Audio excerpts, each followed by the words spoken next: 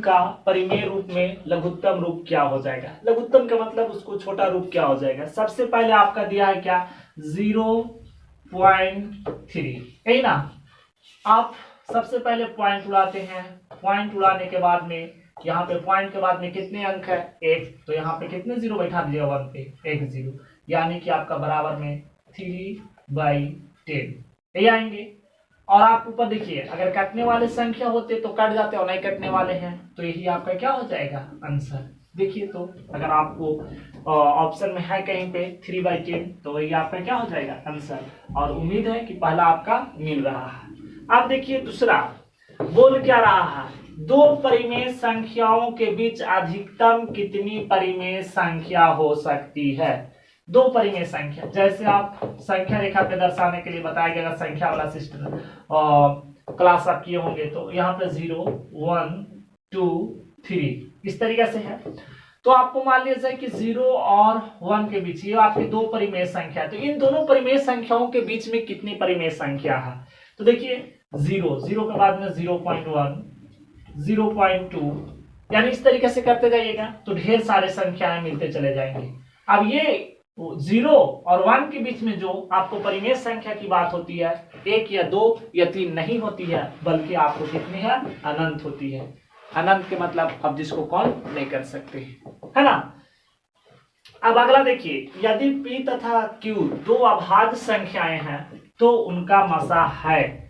यानी P और Q दो अभाज्य संख्या है तो दो अभाज्य संख्याओं का मसा जो है से 1 हो जाता है। कितने होता है 1। अगला देखिएगा, निम्नलिखित में किसका दशमलव प्रसार शांत होगा। आप इसका देखिए शांत और अशांत पहचानने का सबसे सरल तरीका है ना। इस चीज को अगर आप जानिएगा तो आसानी से बता सकते हैं।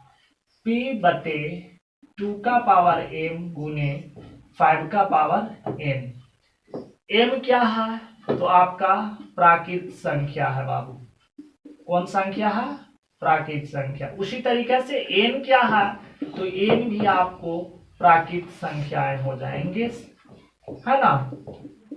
और p क्या है तो p आपका क्या है पूर्णांक। पूर्णांक में कोई भी आपको संख्या हो जाएंगे है ना। तो यहाँ पे फर्स्ट आप देख लीजिए, अगर कोई भी संख्या हो उसका फैक्टर करते हैं, करने के बाद में 2 के पावर m और 5 के पावर n का रूप का हो जाता है तो वह संख्या जो है से आपका शांत कहलाएंगे। और अगर इस रूप का नहीं होगा तो वो आपको संख्या अशांत कहलाएंगे। जैसे आप पहला देख लीजिएगा, पहला में लिखा है 3/8 है ना। तो 3 आपका पूर्णांक है, p के जगह पर हो जाएगा 3।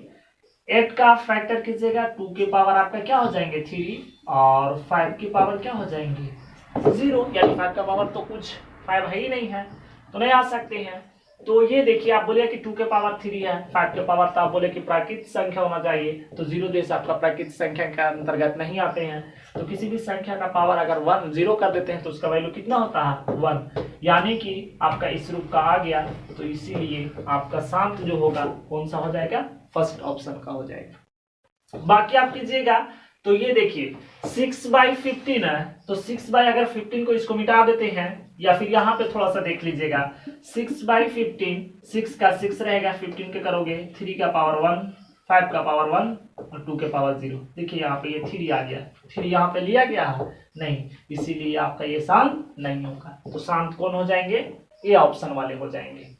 आगे चलते हैं, अगला क्वेश्चन पढ़िए आपका क्या बता रहा है इसे थोड़ा सा देखिएगा।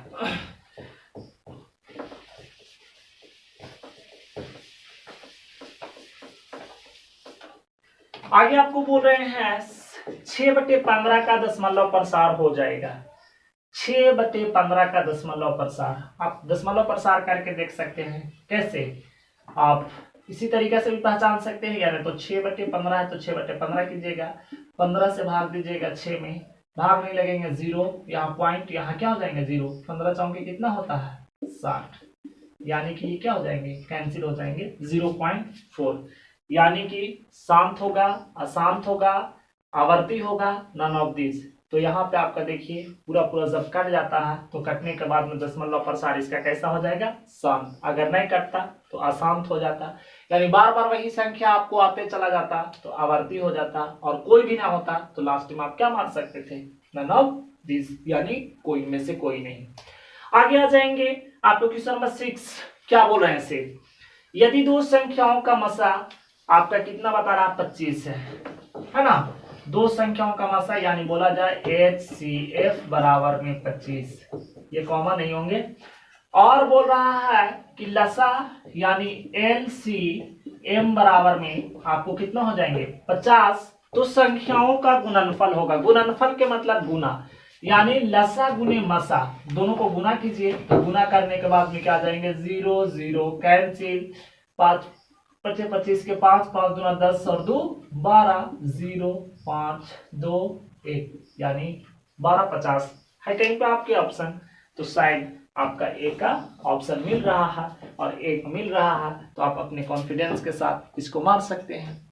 और मैं उम्मीद करता हूँ कि आप बच्चे को समझ में भी आता होगा, और मैं आपको ये भी बताता हूँ कि बच्चे अगर आपको समझ में नहीं आता है तो उस चीज़ को आप ज़रूर कमेंट बॉक्स में लिखिए और बताएं कि हमें ये प्रश्न जैसे समझ में नहीं आ रहा है, ताकि उस चीज़ को जो इससे आपको बेहतर से बेहतर तरीके से बताया जाए।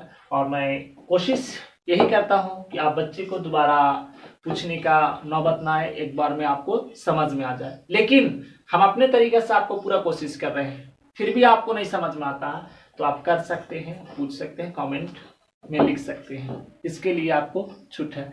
और कमेंट में केवल बसबाजी ना करें, केवल कमेंट को सीरियस लें, ये नहीं कि बस समझ में आ गया उसको भी बार बार इसको रिपीट कीजिए, इसको रिपीट कीजिए, वैसा भी ना करें तो बेहतर रहेगा, है ना। आपका मिलता है टाइम पढ़ाई करने का, तो उस टाइम में जो है से खेल ना करें तो बेहतर रहेगा। और आप क्लास 10 के बच्चे हैं तो मैं इतने भी तो आप छोटे बच्चे नहीं हैं कि आपको समझ में नहीं आता होगा, है ना, और उससे भी नहीं तो आप वीडियो को दोबारा देख सकते हैं, हो सकता है कि आपको दोबारा देखने में समझ में आ जाए।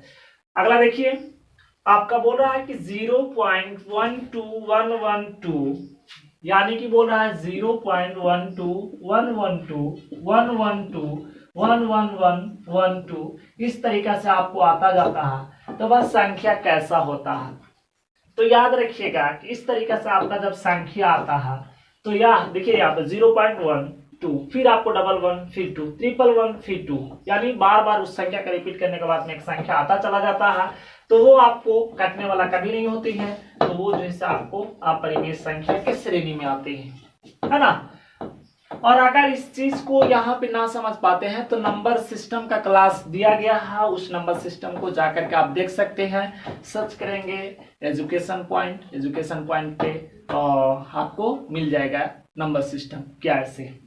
लास्ट क्वेश्चन नंबर 8 आपको क्या बता रहा है वो देखिए, वास्तविक संख्या 0.54 उसके ऊपर रेखा है, उस रेखा को जैसे आवर्त बोला जाता है, रेखा को क्या बोलते हैं, आवर्त को P/Q के रूप में लिखने पर प्राप्त संख्या होगी। P/Q कहने का मतलब परिमेय संख्या के रूप में लिखने पर वह कौन सा संख्या प्राप्त होगा। फर्स्ट बता रहा है 3/5, सेकेंड आपका 6/11, और थर्ड बता रहा है 5/11, और फोर्थ बता रहा है आपका 11/5। तो कुछ बच्चे कमेंट सही भी कर रहे हैं, कुछ गलत भी कर रहे हैं, तो देखते हैं हम लोग निकालते हैं कि क्या आता है इसे। हाँ, एक बच्चा बोल रहा है कि सर 11/5 आएगा। अरे बेवकूफ, बढ़िया से सॉल्व करो, उसके बाद में समझ में ना आएगा, उल्टा पुल्टा सॉल्व करते रहते हो। चलिए आइए देखिए यहाँ पे 0.54 ठीक है ना, इस पे आवर्त है, तो देखिए आवर्त वाले संख्या को जो है इसे करना क्या होता है, इसे 54 है तो 54 लिख देंगे, जितने संख्या पे आपका आवर्त होता है उतनी ही यहाँ पे क्या बैठा देंगे 9, यानी 2 संख्या पे आपका आवर्त है तो 2 आपको 9 बैठा देंगे, है ना। आप देखिएगा इसको भाग कीजिएगा, छोटा कीजिएगा, देखना बच्चा जो बोल रहा था कि 11/5 आता है, क्या आपका आंसर सही है या क्या से। देखिए यहाँ पे 3 से डिवाइड करोगे, 3 1 ज़ा 3, 2 यहाँ चला जाएगा, 3 8 ज़ा 24, 3 3 ज़ा 9, 3 3 ज़ा 9, 3 6 जा 18, 3 1 जा 3, 3 1 जा 3, यानी इक्वल में आ जाएगा 6/11। शायद आपका जो इसे आंसर गलत था, आपका जो सही आंसर होगा वो 6/11 हो जाएंगे। बच्चे, मैं उम्मीद करता हूँ कि आपको समझ में आया होगा। इस वीडियो को आप देखें, एक बार ना समझ में आता है दोबारा देखें, और उससे भी अगर आपको परेशानी दूर ना होती है तो फिर आप एक बार, तो मैं बार बार आपको बोलता हूँ कि कमेंट बॉक्स में लिख करके बताएं। इसी के साथ आज की सेवा समाप्त की जाती है। पुनः आप लोगों से मिलते हैं नेक्स्ट क्लास में इसी सेवा के साथ। जय हिंद।